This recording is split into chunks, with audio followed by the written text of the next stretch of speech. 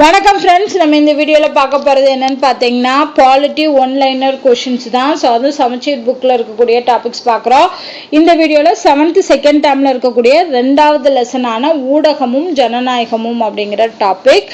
So இது வந்து சிம்பிளாக தான் இருக்கும். நார்மலாக ஒரு மீடியா எப்படி வந்து உதவுது நம்மளோட மாநிலத்தில் இல்லை ஸ்டேட் லெவலில் வந்து சட்டங்கள் அது ரிலேட்டடாகவும் அரசியல் ரிலேட்டடாகவும் எப்படி ஒரு ஊடகம் செயல்படுது அப்படிங்கிறத பற்றி தான் கொடுத்துருப்பாங்க. ஜென்ரல் தான் இருக்கும். அதில் இம்பார்ட்டன்டான இருக்கக்கூடியது மட்டும் நான் எடுத்து எழுதியிருக்கேன். ஸோ ஃபஸ்ட்டு ஊடகம்னா என்ன அப்படின்னா தொடர்பு கொள்ளக்கூடிய சாதனம். அதாவது ஒருத்தரோட ஒருத்தர் கம்யூனிகேட் பண்ணுறதுக்கு ஒரு மீடியா வேணும் இல்லையா? ஸோ அதுதான் இந்த ஊடகம் அப்படிங்கிறது.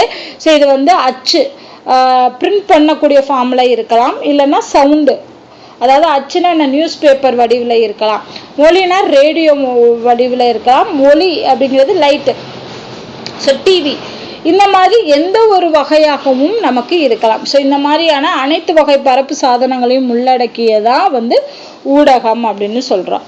ஸோ நம்ம நாட்டில் ஜனநாயகத்தில் 4 தூண்கள் இருக்குது. அதில் ஒன்று இந்த ஊடகமாக இருக்குன்னு சொல்கிறாங்க. ஏற்கனவே பார்த்தோம், சட்டமன்றம், நிர்வாகத்துறை, நீதித்துறை அப்படிங்கிறது முக்கிய பிரிவுகளாக இருந்துச்சுன்னு போன லெசனில் பார்த்தோம் இல்லையா?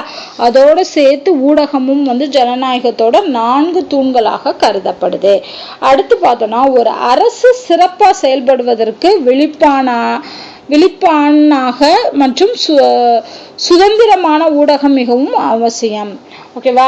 ஸோ ரொம்ப சுதந்திரமான ஊடகம் இருக்குது அப்படின்னாலே ஒரு அரசு நல்ல செயல்படுதுன்னு அர்த்தம் அப்படின்னு சொல்கிறாங்க. அடுத்து இந்த மீடியா அப்படிங்கிறது எந்த சொல்லிலிருந்து வந்திருக்குன்னா மீடியம் அப்படிங்கிற ஆங்கில சொல்லிலிருந்து வந்திருக்கு. இதுக்கு அதாவது இந்த மீடியத்தோட ப்ளூரல் ஃபார்ம் தான் மீடியா அப்படின்னு சொல்கிறாங்க. அடுத்து ஒவ்வொரு தனி மனிதனும் ஊடகத்தோட வெளிப்பாடாக இருப்பாங்க.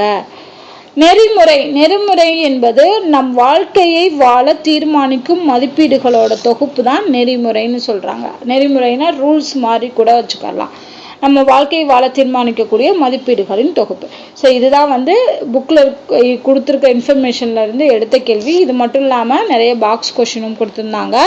ஸோ ஃபர்ஸ்ட் பார்த்தோம்னா அச்சு இயந்திரம். ஓகேவா? பிரிண்டிங் மிஷின் இருக்கு இல்லையா?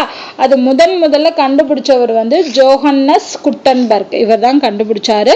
1453 கண்டுபிடிச்சிட்டாரு இந்த பிரிண்ட் பண்ணக்கூடிய அச்சு இயந்திரத்தை. 1453 ஜோஹன்னஸ் குட்டன்பர்க் வந்து கண்டுபிடிச்சிருக்காரு. அடுத்து ஊடகத்தோட வகைப்பாடு என்னென்ன மாதிரியான ஊடகங்கள் இருக்கு அப்படின்னு பார்க்குறோம். ஃபர்ஸ்ட் குறுகிய தொடர்பு ஊடகம். குறுகிய தொடர்புனா கம்மியான சர்க்கிளில் மட்டும் அதை வந்து கம்யூனிகேட் பண்ணும். அப்படி பார்த்தோன்னா கேபிள் தொலைக்காட்சி. அடுத்து நேரடி அஞ்சல் போஸ்ட் போடுறோம் இல்லையா அது. அப்புறம் கருத்தரங்கு கான்ஃபரன்ஸ் மாதிரி வைக்கிறது, அது குறிப்பிட்ட மக்களுக்கு மட்டும். தொலைத்தொடர்பு ஊடகம் அப்படிங்கிறது எல்லாத்துக்கும் போய் சேர்றது. அப்படி பார்த்தோம்னா திரைப்படங்கள், தொலைக்காட்சி, வானொலி இதெல்லாமே. அச்சு ஊடகம் அப்படிங்கிறது செய்தித்தாள்கள், இதழ்கள், பத்திரிகைகள், புத்தகங்கள், சுவரொட்டி அறிக்கைகள், இதெல்லாமே அச்சு ஊடகங்களுக்கு வரும். ஊடகத்தை பொறுத்த அளவுக்கு கூகுள் இணையதளங்கள் மற்றும் வலைப்பதிவுகள் நம்ம யூஸ் பண்றோம் இல்லையா? அது எல்லாமே கூகுள் வெப்சைட்ஸ் எல்லாமே. சமூக ஊடகம்ங்கிறது நம்ம யூஸ் பண்ணக்கூடிய சோசியல் மீடியாஸ் எல்லாமே. கீச்சகம், முகநூல், ஃபேஸ்புக்கு, புலனம், அப்புறம் கட்செவி அஞ்சல் மற்றும் படவரி, இது எல்லாமே, அதாவது வாட்ஸ்அப்பு, ஃபேஸ்புக்கு, இன்ஸ்டாகிராம்னு சொல்லி யூஸ் பண்ணுறது அது எல்லாமே சமூக ஊடகத்துக்கு வரும். ஸோ இதுதான் வந்து ஊடகத்தின் வகைப்பாடு. மேபி மேட்ச் த ஃபாலோவிங்கில் இந்த மாதிரி கொடுத்து மேட்ச் பண்ண சொல்லலாம். ஸோ எல்லாம் ஞாபகம் வச்சுக்கோங்க. அடுத்து அகில இந்திய வானொலி. எப்போ வந்து இந்த அகில இந்திய வானொலியான ஆகாசவாணி, வானிலிருந்து வரும் ஒளி அப்படிங்கிறதான் இதோட அர்த்தமா. ஆகாசவாணினா வானிலிருந்து வரும் ஒளி. ஸோ இந்த பெயரில் 1956 வந்து வானொலி ஒளிபரப்பை வந்து செஞ்சு வச்சுருக்காங்க. ஸோ இது 1936 ஆரம்பிக்கப்பட்டுச்சு.